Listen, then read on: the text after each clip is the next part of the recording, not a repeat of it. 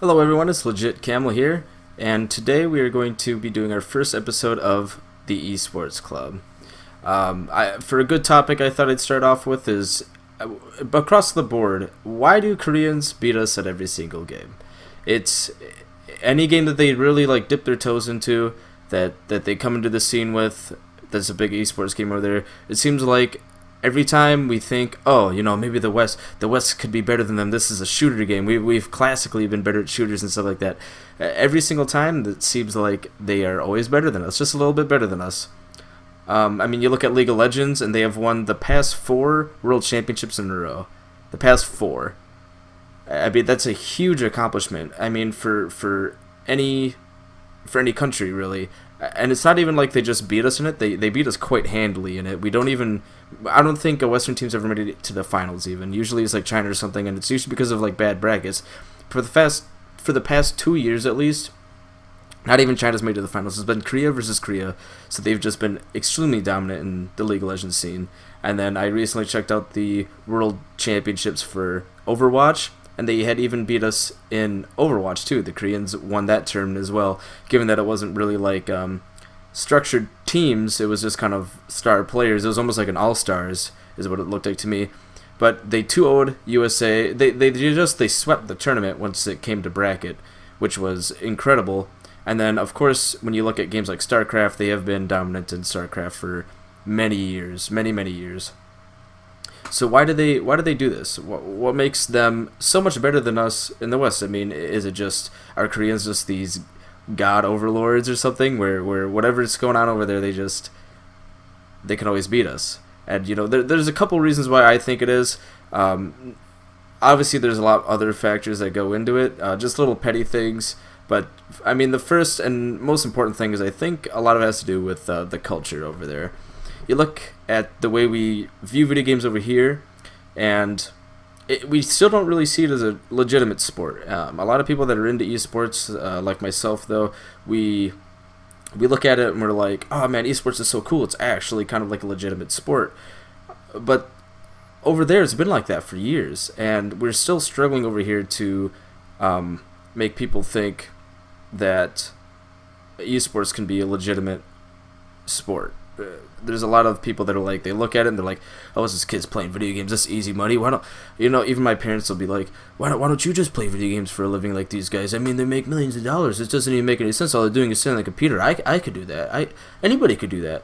And the reality of it is it takes a lot of skill, takes a lot of practice. It's just like any other sport. It takes a lot of talent. And over there, it's people have watched it on television. It's it's broadcasted for them over there, while still over here we watch it on twitch.tv and stuff, and our generation, and it generates a ton of views, but the generation behind us still looks at us and they just see childish games. Why don't you do something real? Why don't these guys get a real job? For them over there, it is a real job. This is a legitimate sport for them. So it's and winning is everything. It's kind of why the U.S. wins in a lot of other real actual sports, if you want to call it that, in the Olympics and stuff, is we actually take that stuff seriously over here. But then when it comes to video games, it's we look at it, and like I said, it's just, why don't you get a real job? Anybody could do this stuff. And that kind of holds us back, I think. It holds us back from a larger demographic of people that could maybe get into the esports scene, really talented people that just aren't interested in video games because of the stigma around being a video gamer. Another reason, but this has kind of changed over the years, but I thought I'd cover it a little bit anyways, because if you go all the way back to Season 3 in League of Legends, Koreans actually started getting a coaching staff. If you look at SKT, they had Koma, and they had won the World Championship that year. There are obviously some teams in Korea that still didn't have coaches, but once these larger organizations like SK Telecom came in, which was a big esports org that started off in StarCraft and stuff like that, they looked at League and they were like, oh, this is a great opportunity for us to dive in and earn more money or just get more exposure. And they brought in a full coaching staff and a brand new set of players to boot up the whole org. And over here in the West, we still didn't have coaches. It was still just 5 players living together, getting paid by a larger org but everything, we were just left to our own devices.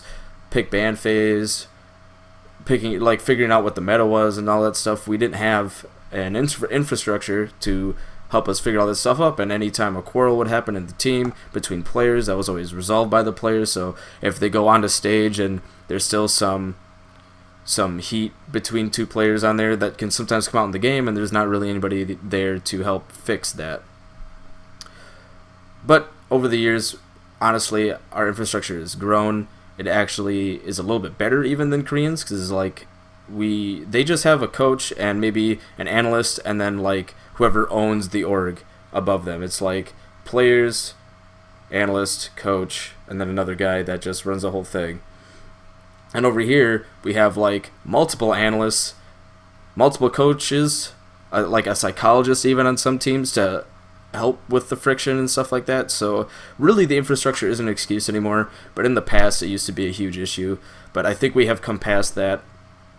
And that's one thing that really demoralizes us in the West, is like we used to always blame it on the coaching infrastructure. They have these amazing coaches that's been there for forever, and then we are still losing with better infrastructure and players that have been around in the scene for a long time. So what's going wrong now? And another big part of it, as I think, once again, we come back to some of the culture. Winning is literally everything to these guys. Over here in the West, when it comes to winning and losing, it's like, oh, we always kind of have next week or something. Or, if things don't turn out so well, maybe I can turn to streaming and I can full-time stream for a job. I feel like people maybe don't feel like their jobs are put on the line as much as they do in Korea. There is so much talent in Korea that any player that underperforms is easily replaceable. While over here in the West, if you look at teams, I'm speaking mostly about League of Legends here, but this kind of goes for almost anything, is we import a lot of foreign players, and if they underperform, it's like, well, these guys are still as good as we can get. Like, what else is there for us to choose from? This, especially when it comes to North American players, like big star North American players, let's say they underperform for a whole split. Let's say Doublelift, the AD carry for TSM in League of Legends, underperforms for a whole split. When you look at the other talent, when it comes to recruiting people out of the Challenger Series that don't have any on-stage experience or anything like that, there actually isn't too much for choices when it comes to that stuff. You have to look for an import or something most of the time, and even at that, some teams already have their imports used up. So when you underperform, your job doesn't feel like it's on the line as much compared to the way it is in Korea. Is like if you suck for a whole split in Korea, that's your career. Because even when you try to jump on another team, they will be like, wow, look at the way you played on this team. That was trash. We can't pick you up. You're garbage on stage. And over here in the West, we'll give people second chances a lot, or we'll keep people on teams even though that they are heavily underperforming. And that's changing a little bit too as time goes on. That's really another big part of it, is like some players here in the States or over in Europe, they don't put in as much practice as they should because they don't feel like their job is at risk, or that they're going to be removed from the team because of the way that they perform in every game. And another part about more culture is like when it comes to the coaching staff and infrastructure, people have watched videos of players constantly like back talking their coaches and stuff. That doesn't happen in Korea. The Koreans usually will listen to their coach word for word. If they're underperforming and their coach comes to them and they're getting a talking to, it's real. While over here in the States, you get these younger players that they have big egos, and then they're like, who's this guy talking to me? Well, he doesn't know anything about the game. I know more about the game than he does, because I'm a player. How could he know what is going wrong with me in the game when he doesn't even play the game? So then they backtalk, and then it kind of hinders their ability to continue improving. And then when it comes to the organizations over in Korea as well, you look at SK Telecom, Jin Air, and stuff like that, CJ Entis, like they have players in the wings waiting to be recruited. And it doesn't feel like there's enough pressure on these players to really make a point to overperform. And on top of that, over there, once again, more with the culture. A lot of this is really culture. You have like these PC cafes and stuff where friends can go and hang out and play video games. Video games are a huge thing over here in the States, but it's nothing like it is in Korea. In Korea, it's like that's really all they really do for a pastime. It's one of their favorite pastimes is to go out and play video games at the PC bars and stuff like that. We don't have anything like that over here in the States. We don't have places where we can just spend $5, sit in a big PC lounge essentially, play games for a couple hours with some friends, and then go home and do homework or whatever. We don't have that luxury, and you know there still are some families and stuff that have crappy internet, crappy computers, and like having a PC bar or something like that would be awesome to go have and hang out with friends with, and like the ability to do stuff like that. It really sucks for us over here in the West. I mean, given that Korea's a smaller population too, not population, but it's all in a small area, so a lot of people will bring up like ping and stuff like that. I don't know if you don't know what ping is. It's basically like your input lag. Like if I cast an ability in League of Legends, when I press Q, it'll have like a 0.01 second delay or some shit like that, and that can sometimes make the difference between you landing a skill shot and winning and getting the kill and winning, or missing. And they play on like 3 ping, while over here the best that we can possibly get is like 20. I don't think that it's that big of an issue, but some people like to gripe over it. Anyways, I think I've ran this into the ground already.